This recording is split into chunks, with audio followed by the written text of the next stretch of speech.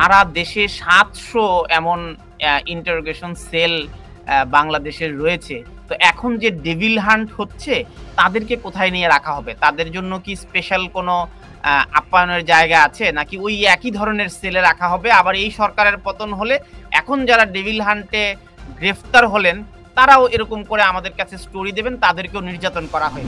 আমি আমার এই জাতির পক্ষ থেকে নিজে বাঙালি হিসাবে, বাংলাদেশী হিসাবে ওনার কাছে ক্ষমা চেয়ে নিচ্ছি যে আমাদের দেশে উনি যে আয়না ঘর বা ওনার যে নির্যাতনের ব্যাখ্যাটা দিলেন, সেই একই ঘটনা, একই জিনিস প্রতিদিন এদেশে প্রতি জায়গাতেই ঘটে। হাত বেঁধে রেখে তাকে মানুষকে ভাত খাওয়াচ্ছে, একবার ভাত খাওয়ায় উঠে আবার মারতেছে। এটা স্টুডেন্টরা করবে।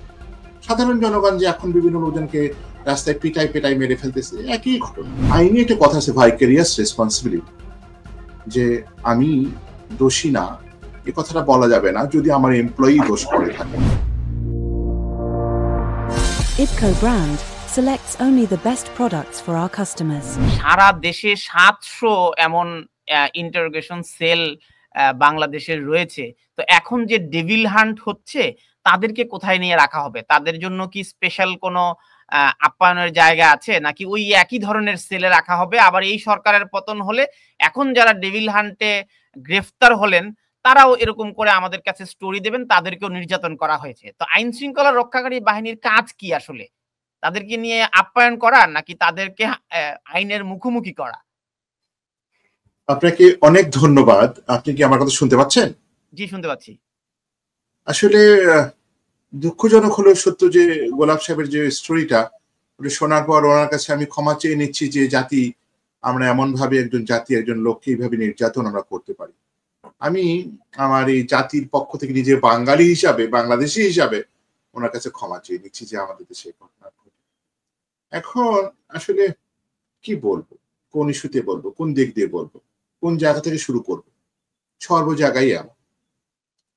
উনি যে আয়না ঘর বা ওনার যে নির্যাতনের ব্যাখ্যাটা দিল, সেই একই ঘটনা, একই জিনিস প্রতিদিন এদেশে প্রতি জায়গাতেই ঘটে এবং এই নির্মমতার সঙ্গেই ঘটে। আপনি যদি দেখেন যে বিভিন্ন বিশ্ববিদ্যালয়ে অনেক সময় অনেক ছাত্রদেরকে পেটায় যখন মারা হচ্ছিল, তার যে বিভৎস চিত্র যদি দেখা যায়, তাহলে এর চেয়ে আরো বিভৎস, এবং সেখানে নির্মমতা এমনই ছিল। আপনি দেখেছেন হাত বেঁধে রেখে তাকে মানুষকে ভাত খাওয়াচ্ছে, একবার ভাত খাওয়ায় উঠে আবার মারতেছে। এটা স্টুডেন্টরা করলো। সাধারণ জনগণ যে এখন বিভিন্ন লোকজনকে রাস্তায় পিটাই মেরে ফেলতেছে, একই ঘটনা।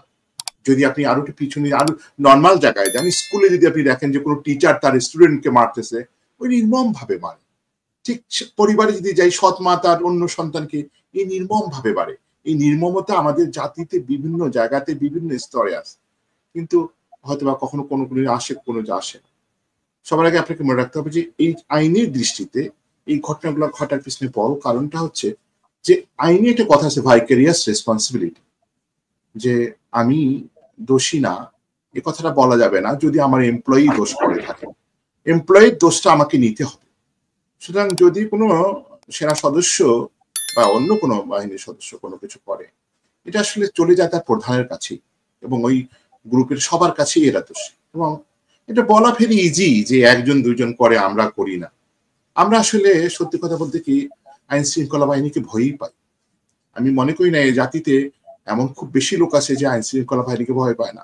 আগে তো ওদেরকে দেখলে মানুষ নাকি মানে কাপড় চোপড়ে নষ্ট করে ফেলত। অর্থাৎ এখন হয়তো কিছুটা ভয়টা কমসে কম আমাদের পরিবার থেকেও কিছু কিছু লোক আইন শৃঙ্খলা বাহিনীতে চলে গেছে।